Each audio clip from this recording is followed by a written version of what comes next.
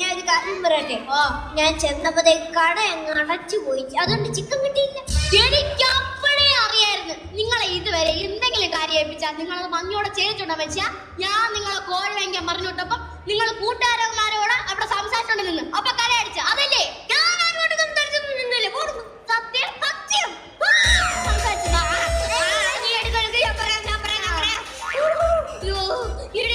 ഞാൻ സംസാരിച്ച് ഞാൻ രാത്രി കണ്ടപ്പോ ഞാനും അവരുമായിട്ടാണ് സംസാരിച്ച് നിന്ന്. അപ്പത്തേക്കും കടയങ്ങ് അടച്ചു. നിങ്ങൾക്ക് കോഴി വാങ്ങിച്ചിട്ട് സംസാരിച്ചാ പോരായിരുന്നു. അതെ സാറിന് ഒരുപാട് തിരക്കുള്ളതാണ്. എന്റെ സാറ് നിങ്ങൾ ഇങ്ങോട്ട് വരൂലേ.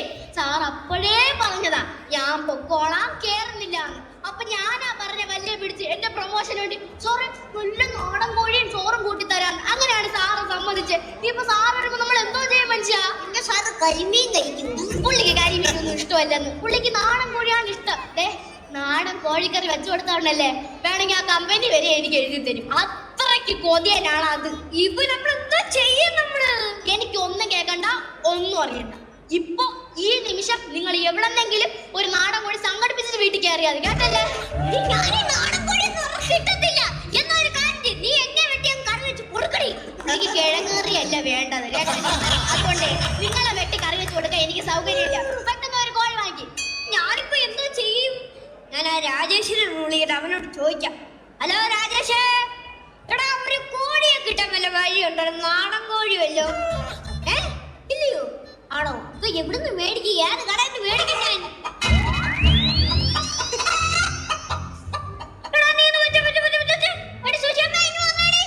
നിങ്ങൾക്ക് എന്താ മനുഷ്യ വേണ്ടേ? നിങ്ങൾക്കല്ലേ ഒരു കോഴിയെ സംഘടിപ്പിക്കാൻ പാടുള്ളൂ.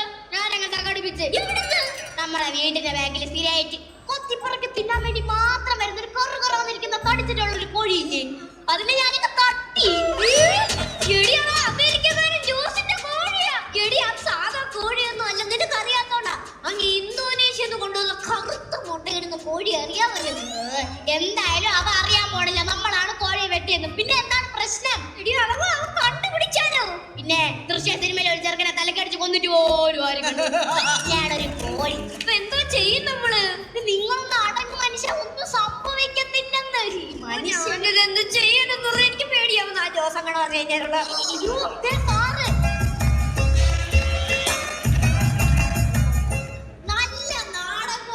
മണം മറന്നില്ലേ നിങ്ങളടുത്ത്?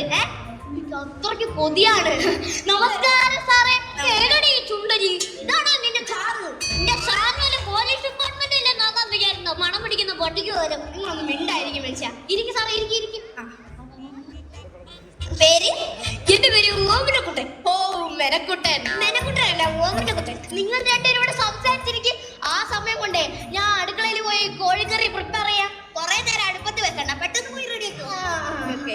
മനുഷ്യ പെട്ടെന്ന് സാറ് വെച്ച് കമ്പനി ആയിക്കോണം കേട്ടല്ലേ. സാറിനെ ശ്രമിച്ചോ, പ്രശ്നമൊന്നുമില്ല. മണ്ടത്തരം ഒന്നും വിളിച്ച് പറയില്ല കേട്ടല്ലേ. ഞാൻ പോണു. രണ്ടീ ചട്ടവും കൂടെ കൊണ്ടുപോകും. സാറേ, സാറിന്റെ വീടുണ്ടോ?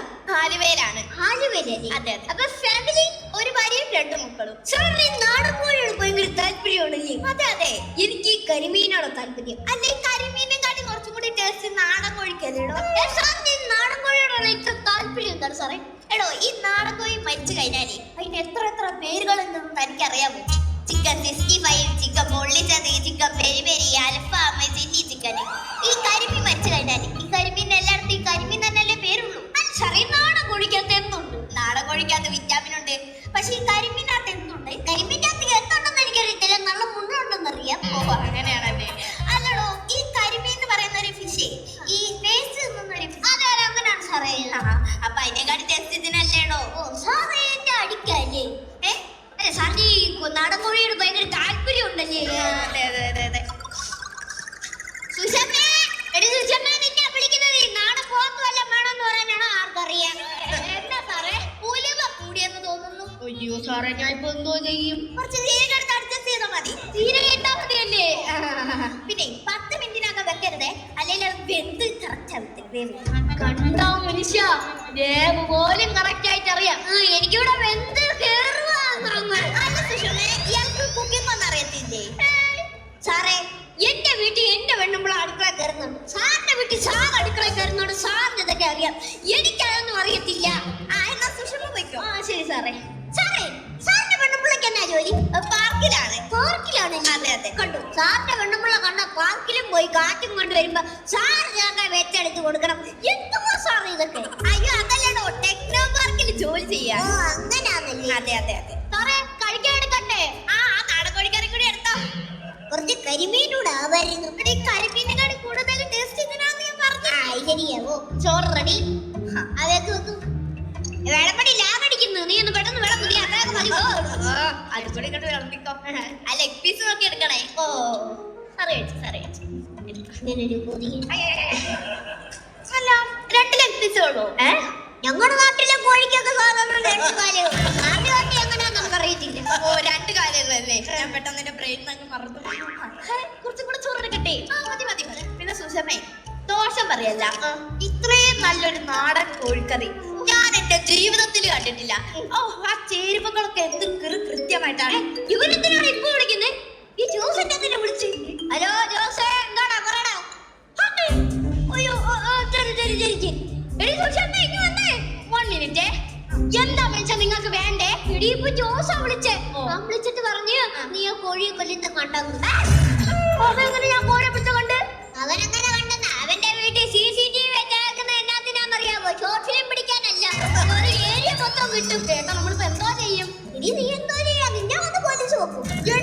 എന്നെ പോലീസ് നോക്കിയാൽ ഞാൻ പറയും നിങ്ങളെ പറഞ്ഞാണ് ഞാൻ കോഴിയെ വിട്ടത്. തീർത്തില്ലേ പ്രശ്നം?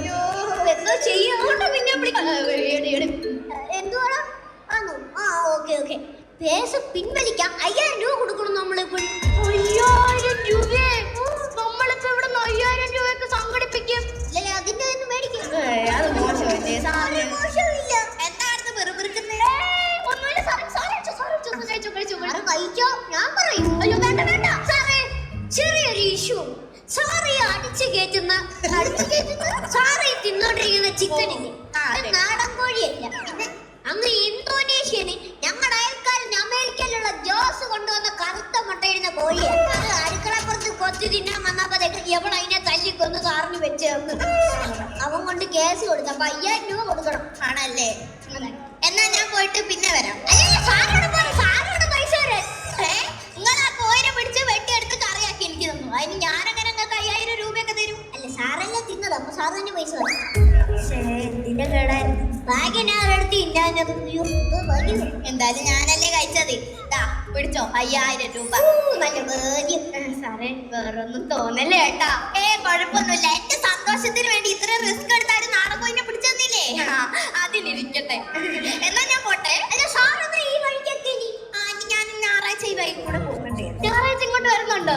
എന്നാ പിന്നെ ഞങ്ങളുടെ വീട്ടിലോട്ടൊന്ന് കയറിക്കൂടെ? വീട്ടിലൊക്കെ കയറാം. നാടൻ കോഴിക്കറി വേണ്ട, കരിമീൻ മതി. അതൊന്നും സാറ് ഞാൻ വെച്ച നാടൻ കോഴിക്കറി സാറ് ഇഷ്ടപ്പെട്ടില്ലേ? അയ്യോ അതല്ല, ഈ കരിമീനാണെങ്കിൽ നിങ്ങൾ അടുക്കളപ്പുറത്ത് കൊത്തി തിന്നാ വരത്തില്ലല്ലോ. അങ്ങനെ.